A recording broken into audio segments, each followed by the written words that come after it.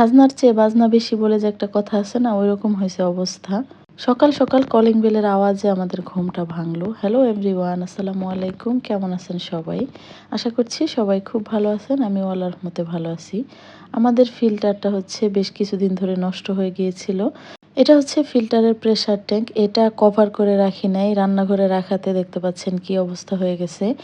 তো সকাল সকাল মিস্ত্রি হচ্ছে এই যে প্রেসার ট্যাঙ্ক এটা নিয়ে চলে আসছে। এই ফিল্টার ঠিক করতে যেই টাকা লাগলো সেটা দিয়ে নতুন আরেকটা অনায়াসেই কিনা যেত। কিন্তু কি আর করার বলেন, আমরা পুরনো জিনিসের মায়া ছাড়তে পারি না, এটাই হচ্ছে আমাদের বড় সমস্যা। অবশেষে ফিল্টার ঠিক করে দিয়ে গেল। আমি হচ্ছে রান্নাঘর একদম ক্লিন করে তারপর হচ্ছে এখন রান্না বান্নার জন্য সবকিছু রেডি করে নিচ্ছি। আজকে আয়নের বাবা বলতেছিল ইফতারে চিকেন তান্দুরি আর পরোটা খাবে।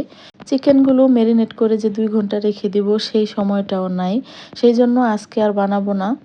আমি সবসময় মাংস আনার পরে কেটে ধুয়ে একদম পরিষ্কার করে রাখি। সাথে সাথে যদি রেখে দেই সেই মাংসগুলো কেমন যেন লাল হয়ে যায় আর আমার একদমই খেতে ইচ্ছে করে না সেগুলো। মাংসগুলো খুব সুন্দর করে ধুয়ে পরিষ্কার করে আমি মাঝখান দিয়ে কেটে নিয়েছি যাতে মশলা ভিতরে ঢোকে। তো এভাবে করেই আমি হচ্ছে ফ্রিজে রেখে দেব। যখন বানাবো তার আগে কয়েকবার ধুয়ে নিলেই হয়ে যাবে।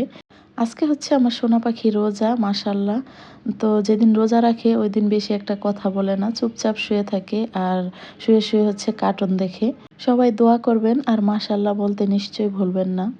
ইফতারে আমি বেশি ভাজা পোড়া রাখতে চাই না, তবে আমার বাচ্চা যেহেতু আজকে রোজা রাখছে ও আবার হচ্ছে এই ভাজা পোড়াগুলো খুবই পছন্দ করে।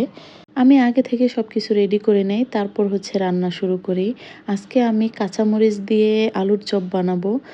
ইফতারে বেশি মানুষ থাকলে অনেক কিছুই খাওয়া হয়ে যায়, একা একা কিন্তু ওইরকম ভালো লাগে না।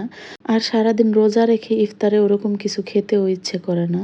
মানুষ বেশি থাকলে রান্নাবান্নার আইটেমও যেমন বেড়ে যায় আর সবার সাথে সাথে খাওয়াও হয়ে যায়। এদিকে রান্নাবান্নাও কমপ্লিট, ভাজা পোড়াও হয়ে গেছে। এখন হচ্ছে আমি ইফতারের প্লেটগুলো সাজিয়ে নিব।